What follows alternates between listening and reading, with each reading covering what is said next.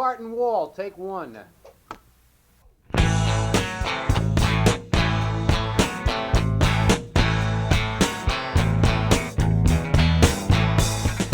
We got together with Pat Cush to do The Great American Dream because the producer, Skip Drinkwater, was coming in from California, wanted a band, and we had to learn, like, yeah. That's what I say. I say, yeah. That was the only time. Now, we're in Paoli, getting this all together. We didn't know who Skip Drinkwater was. We just knew we had to learn a song, so we had his picture up against the wall. We would throw darts at it at times, and we were playing like, we turned all the lights red and just play whatever we wanted. But we ended up doing that whole thing led to a drink-off, a Dr. Pepper drink-off in some shopping center, stage with Pat Cush. That was my first. And then 2nd of Autumn, and Pat Cush taught me how to get feedback. You just get on the floor and put your amp in front of it. So we were feedback on an Ampeg B15 bass amp. And played with Pat. Got a couple gigs here and there.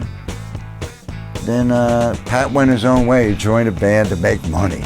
And then I was left with Don first, me and Mickey. And we hooked up with Nick Jameson and Richard Johnson through Paul Fishkin, who was just a friend of ours and managed Woody's Truck Stop. He was helping us look for other band members. And he knew of Nick and Richard Johnson.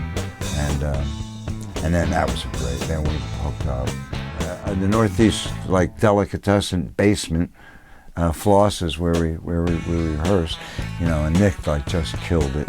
And he was like all of 17 years old, and looked like something from outer space, And then we were there, and then we went on as a blues band for a year till Richard left, and we ended up in search of a lead singer, and eventually led us to the Northeast Club. It was my idea. I always loved Nicky Indelicato when he was playing with Jimmy Mahoney and other bands. I thought he was the cat's pajamas.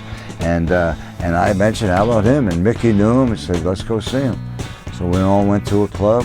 There he was in all his glory, the quintessential front man for the day. I thought he was the best. I didn't know any others. You know what I mean? I didn't know any front men. And Nicky was it, singing his heart out. So then we hooked up with Nicky, and that was the American Dream.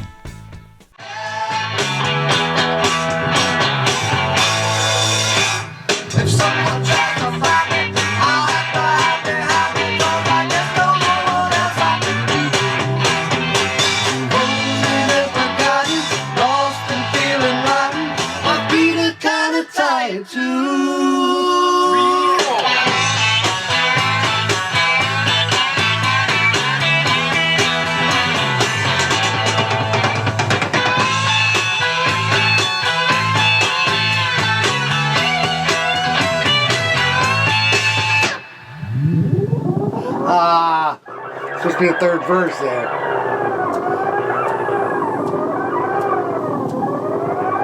Whoa, that thing's going crazy.